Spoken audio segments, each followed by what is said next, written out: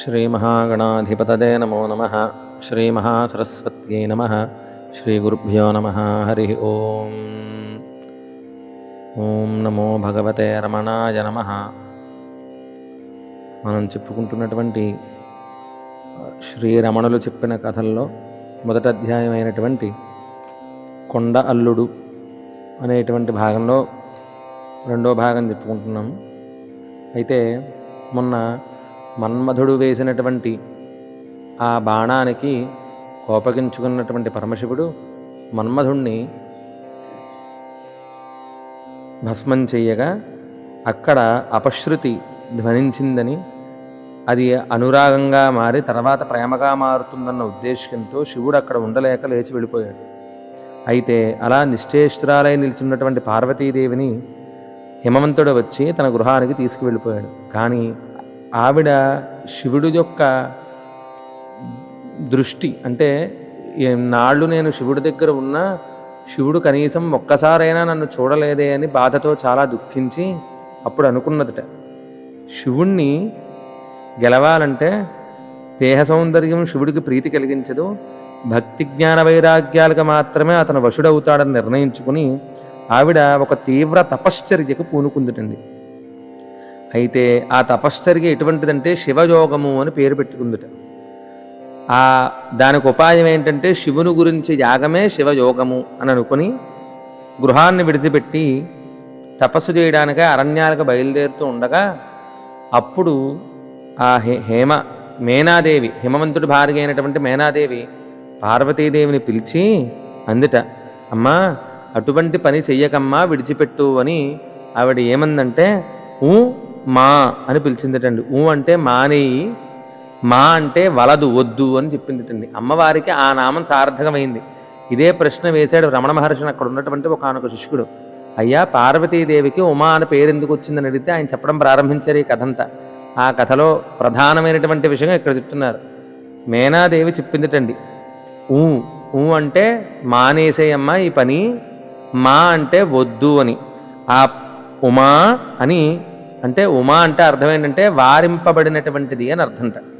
అయితే పార్వతీదేవికి ఆ నామం ప్రసిద్ధి చెందింది, కానీ ఆ తల్లి మాత్రం ఆ సంకల్పాన్ని విడిచిపెట్టకుండా గంగా తరంగిత హిమవర్ణక భూమిని తపోవనంగా చేసుకుందంటే హిమవత్ పర్వత ప్రాంతంలో గంగానది ప్రవహించేటువంటి చోటులో ఒక తపస్సులని ఏర్పాటు చేసుకుని పంచాగ్ని మధ్యంలో, పంచాగ్ని అంటే 4 దిక్కుల్లోనూ మంటను పెట్టుకుని నడినెత్తిపోయిన సూర్యుడు అత్యంత వేడిమిగా ప్రకాశిస్తూ ఉండగా అక్కడ తపస్సు చేసిందిట.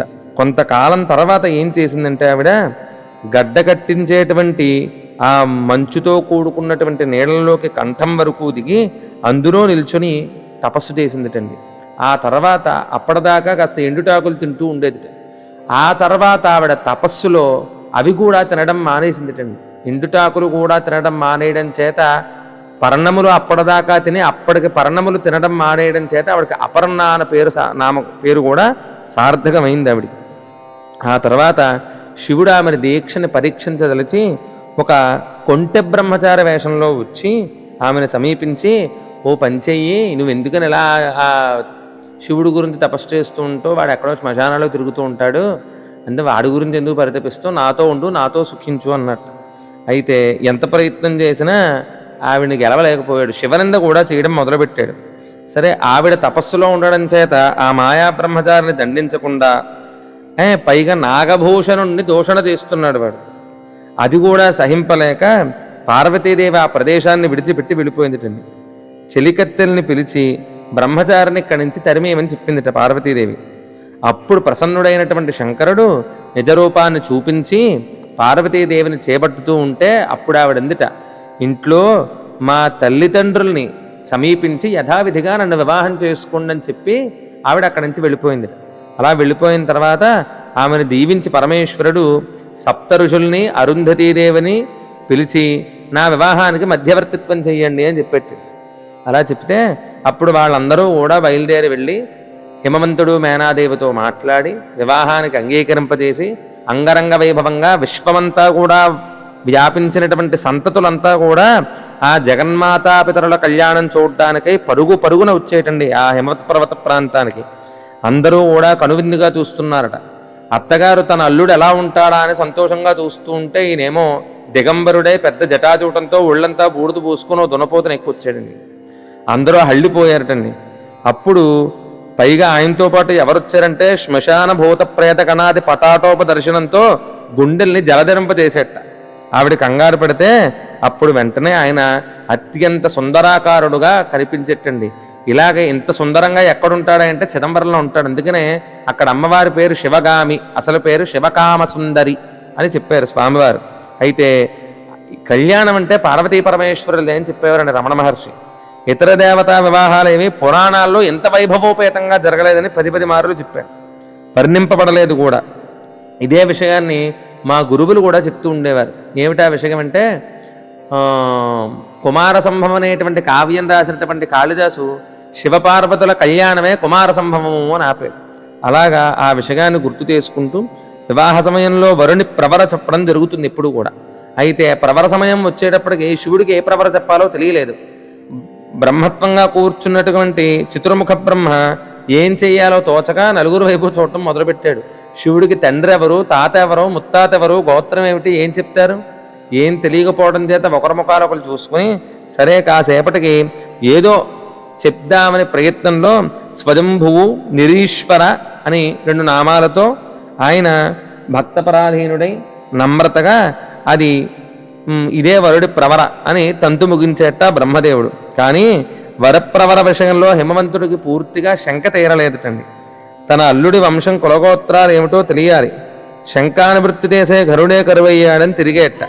అయితే శివపార్వతుల కళ్యాణం కైలాసవాసం శివానందం పండించసాగింది. ఒకనాడు గౌరీదేవి ఏం చేసిందంటే ఏదో ఆట పట్టింపుగా నడుచుకుంటూ వచ్చి శివుడు వెనకాతల నుంచి శివుడు 2 కళ్ళు మూసేసిందిటండి.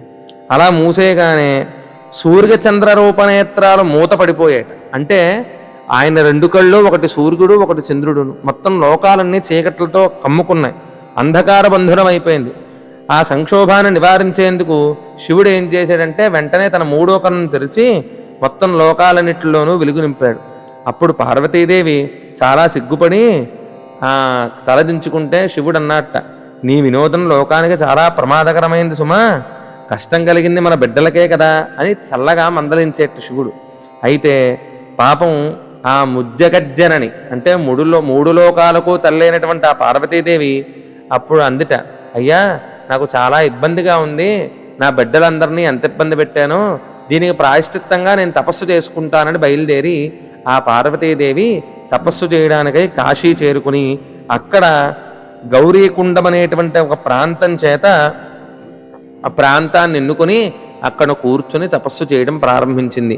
అలా రమణ మహర్షి ప్రథమ భాగమైనటువంటి కొండ అల్లుడు అనేటువంటి శీర్షికల్లో మనం 2వ పార్ట్ చెప్పుకున్నాము. ఇంకా చాలా ఉన్నది. ఆవిడ కాశీలో అన్నపూర్ణగా ఎలా వెలసిల్లింది అనేది 3వ భాగంలో చెప్పుకున్నాం. రమణ మహర్షి ఎప్పుడో ఒక విషయాన్ని చెప్పేవారటండి. ఏంటంటే నీకు తెలిసినటువంటి ఒక సద్విషయాన్ని 10 మందికి చెప్పవయ్యా, అప్పుడు అది స్మరణ చేసిన పుణ్యము, అది నువ్వు పక్కవాడికి చెప్పడం చేత వాడికి విన్న పుణ్యము, అది వాడికి వినిపించిన నీకు పుణ్యము, ఇంత పుణ్యం కలుగుతుంది.